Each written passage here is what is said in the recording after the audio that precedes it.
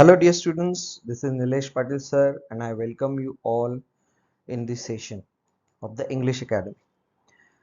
In today's session we are going to continue studying the rise of nationalism in Europe. Previously we have studied two parts of this chapter. We have studied Frederick Soreau's painting.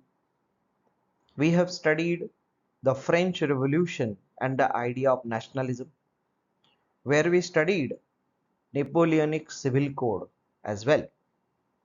Dear students, in today's lecture, I am going to explain mainly the Habsburg Empire. So, what was this Habsburg Empire? It was a patchwork of different regions and peoples. My dear students, what we know today as Germany, Italy, Switzerland did not exist then. These were divided into kingdoms, duchies, and cantons. Their rulers were autocratic, autonomous. They were independent empires. And the people living there did not share anything in common. You see, they did not have any collective identity.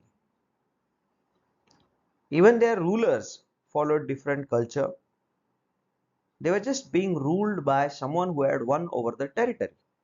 So the Europe and the European countries that we know today did not exist then, right? So the example here we are studying is that of Austria-Hungary. So this was called as Habsburg Empire, Austro-Hungarian Empire. So this was a patchwork of different regions and different peoples. It consisted of the Alpines. Now the Alpine, it's a geographic term that simply means mountainous region. So these were areas called Tyrol, Austria, and Bohemia. In these regions, the aristocracy was predominantly German speaking. That was a dominant class here, German speaking people. Then in Galicia, here, there was this another region, people used Polish language. You can see it was close to Poland. This Habsburg Empire also included the Italian speaking regions of Lombardy and Venetia, which are not shown on this map, by the way. But you can understand this is the part of Italy that was ruled by the Austrian Empire, Austro-Hungarian Empire. So it included the part of Italian speaking regions of Lombardy and Venetia. Then in Hungary, majority of people spoke Magyar language. Half the population spoke Magyar language, the rest used different dialects. So here we are talking about aristocrats in different regions, speaking German language, Polish, Magyar, Italian. Besides these dominant groups, there were mass subject peasants. A large number of people who were peasants, they spoke variety of language. So you see, this is a different class, altogether different class. So these included, in the north there were these Bohemians,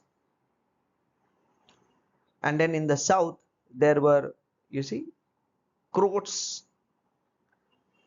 In the north there was one more group which is like not mentioned here because these were social groups. So Slovenes in the north, Slovenes. Then there were these Carniola. There were people. I guess they were Slav people in Carniola, Croats in Croatia. Okay. Then to the east of this Transylvania, there were Romans. Okay, Romans, not Romans. Okay, it is spelled differently. So this basically explains that the people were being ruled by the autocratic monarchs. who did not,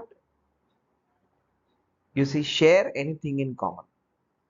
There were different groups, social groups, economic groups, linguistic groups being ruled by a common emperor. Austro-Hungarian Empire was a large one. Okay, so we are studying its example. But basically, we need to understand that there were no nation states.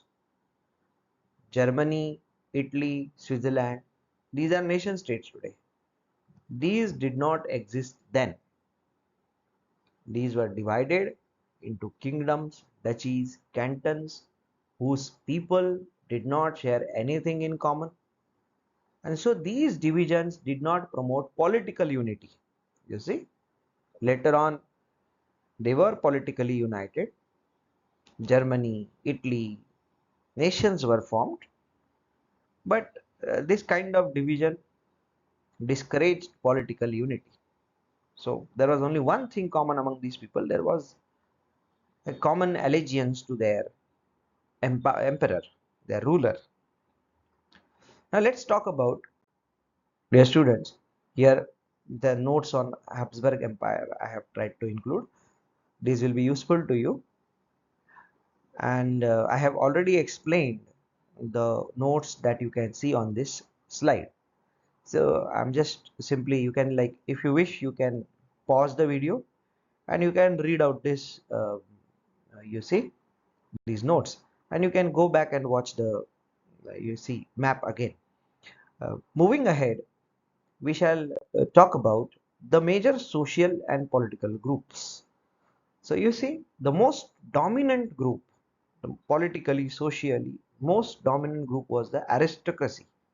Okay, so the aristocracy, the landed aristocracy, was the most dominant group, and they were united by a common way of life that cut across regional divisions. Like, may they be living in Germany, may they be living in parts of Russia, may they be living in, you see, to the west, like in France, they all shared common way of life.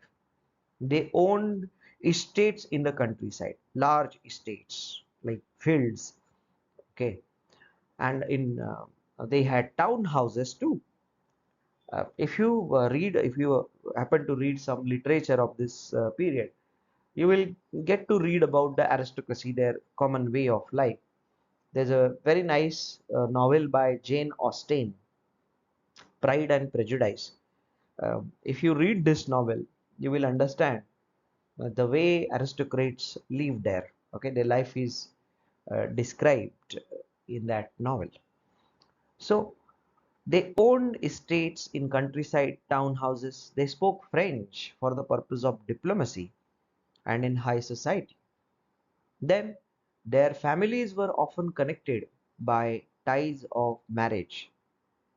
So you might remember the Emperor of France, Louis XVI, married to an Austrian princess, that was Marie Antoinette. So this just tells us that aristocrats married among themselves, and this group shared some common way of life, and it was a dominant class in Europe. Moving ahead, yes, one more thing that I forgot to tell you, that has popped up here. Numerically, this group was small. The majority of people were the peasants. Okay, now the pattern of land holding differed in the west and in the east and central part of Europe. In the west, uh, land was cultivated by tenants. There were small farmers. Okay, and in the east and central part, there were vast estates that were cultivated by serfs. I hope you understand who serfs are. They are actually bonded laborers, okay, who worked on the field of their master for a little pay or no pay at all. They just survived somehow. So the serfs cultivated the land of their masters, the aristocrats, in the east and central part.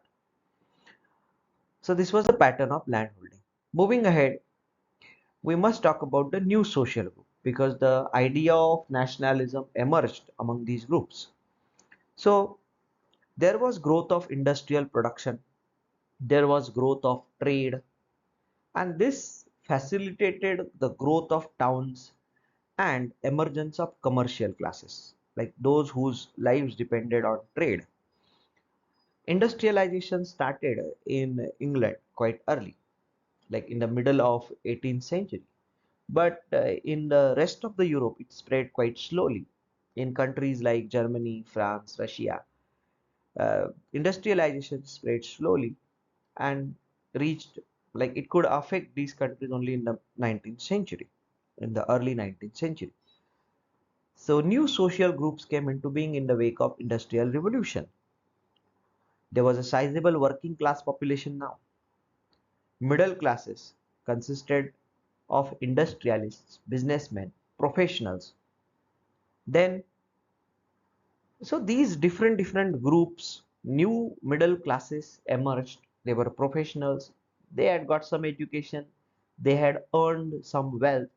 So they hated the, you see, system of privileges by birth, because they had made their wealth through hard work, right?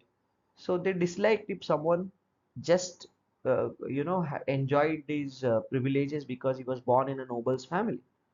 So the idea of national unity gained popularity among these educated middle classes.